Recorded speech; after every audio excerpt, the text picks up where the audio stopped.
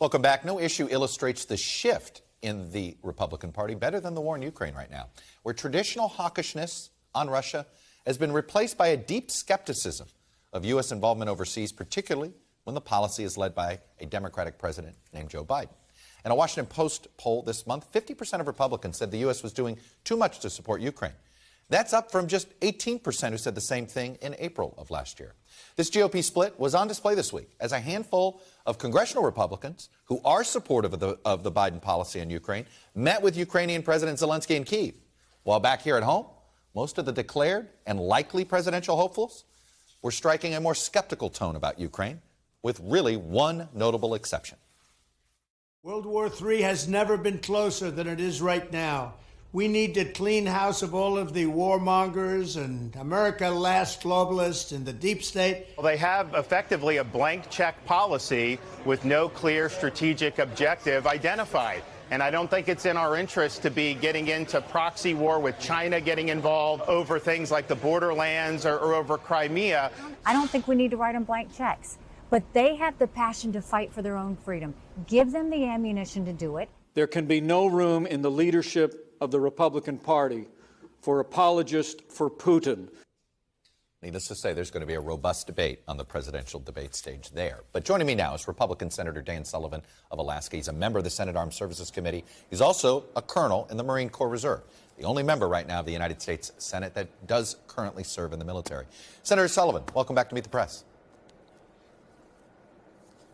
Morning, Chuck. Good to be on the show. Let me just start with the basics. You heard from the National Security Advisor there. What do you think victory looks like for Ukraine? Well, I think just to begin with, looking at the past year, we need to recognize how we got here, what mistakes were made, and what we can do going forward. I think one element that the National Security Advisor doesn't talk about, I think it was clearly some of the Biden administration's weakness on issues like energy, national defense, and clearly the botched withdrawal from Afghanistan that emboldened Putin to undertake the brutal invasion of Ukraine. I think, though, that now that we are in this battle, it's strongly in our interest to continue to support the Ukrainians to restore their territorial integrity and their sovereignty without committing U.S. forces. But, Chuck, your interview actually highlighted one of the problems. Jake Sullivan's talking about, well, we're not going to do F-16s today. That's for another time, not right now. That has been a pattern with this administration from the beginning, where they have slow-rolled critical military weapon systems. It's a long list. It's Patriots, it's HIMARS, it's tanks. And now it's F-16s, and to me, that is a real blunder. We need to get them what they need now and listen to the Ukrainians, right. Not, as he said, the policymakers. They've proven their ability to fight bravely, and I think we need to do a much better job. It took 9 months to get them the Patriots, and I fear the same thing's happening right now with the F-16s. You just saw it from the National Security Advisor.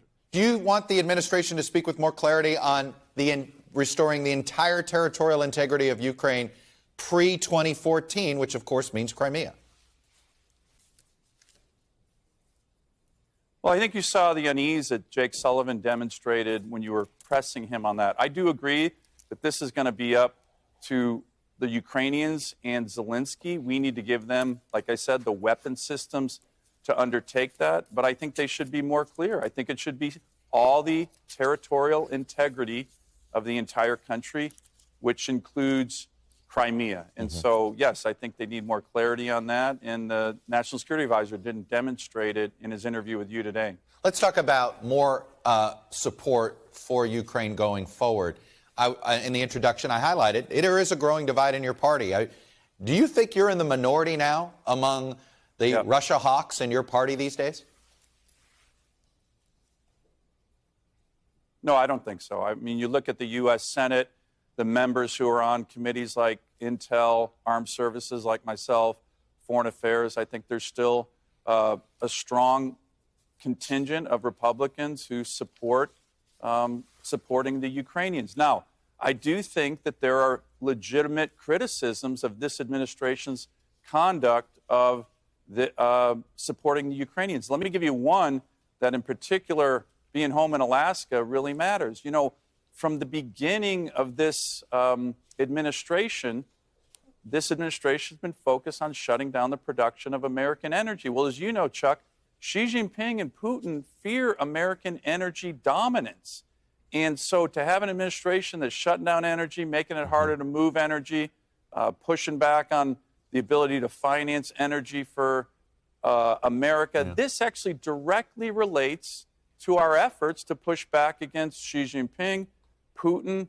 You know, in many ways, their energy policies have been national security suicide. And I think this is what frustrates Republicans, where we see that other policies of this administration aren't at all helping pushing back on what I refer to as this new era of authoritarian aggression led by Putin and Xi Jinping. And it's a frustration you're seeing among Republicans, but it's also a frustration among Democrats. But I'm curious of your take on the growing, look, this isolationist wing of the GOP used to basically be Ron and Rand Paul.